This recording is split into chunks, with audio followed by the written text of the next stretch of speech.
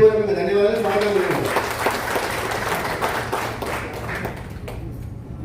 So మనం ఏం మాట్లాడుకుంటున్నాం? రూఢ విషయం మాట్లాడుతున్నాం అవునా? ఇలాంటి సందర్భంలో మన మిత్రులకి ఇప్పటికీ కూడా మన మిత్రులకి చేస్తే ఏమంటారంటే, చాలా మంది ఏమంటారంటే కొంత నిర్లక్ష్యంగా సమాధానం ఇస్తారు, చాలా నిర్లక్ష్యంగా సమాధానం ఇస్తారు. మనం వాళ్ళకి చెప్పాల్సిన విషయం ఏమిటి అంటే, నేను చెప్తా ఉన్నా ఆర్సీఎంలో వస్తువులు వాడేటువంటి ఒక వినియోగదారునిగా నేను చెప్తా ఉన్నా, నేను వాడే వస్తువులన్నీ కూడా క్వాలిటీ, నా గ్యారెంటీ ఉంది. మరి నువ్వు వాడే వస్తువులు నీకు గ్యారెంటీ ఉందా? నీకు అమ్మటోడు గ్యారెంటీ ఇస్తాడా? రెండింటికి ఆన్సర్ లేదని దగ్గర. నేను చెప్తా ఉన్నా క్లియర్గా, నేను వాడే ఉత్పత్తులన్నీ కూడా నాణ్యమైన ఉత్పత్తులే, కల్తీ లేని ఉత్పత్తులే, డూప్లికేట్ కాని ఉత్పత్తులే. నేను చెప్పగలుగుతున్నా గట్టిగా, నా స్టోరీ ఎవరు చెప్తాడు.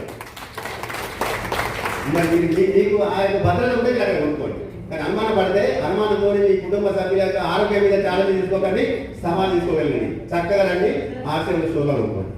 చేయాలి ఇది ఎందుకు ఇవ్వాలంటే నిజం చాలా అమాయకంగా నష్టపోతున్న విషయం ఏంటంటే, చాలా బిజీ అంటారు. మనం ఆర్సీఎం వ్యాపారం చెప్పకపోతే, ఆర్సీఎం వ్యాపారం నూనె గురించి చెప్పకపోతే చాలా బిజీ అంటారు.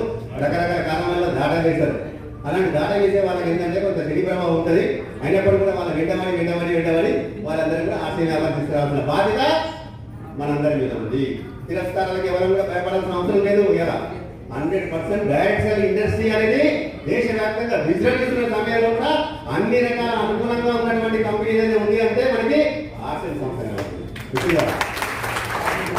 వాళ్ళు చెప్తారు. డైరెక్ట్ సెల్లింగ్ యొక్క గొప్పదనము, శక్తి అని చెప్తారు. కానీ అంత శక్తివంతమైనటువంటి కంటికి కనిపించేటువంటి వ్యవస్థ ఏదైనా ఉందంటే మళ్ళీ ఆర్థిక వ్యాపారం.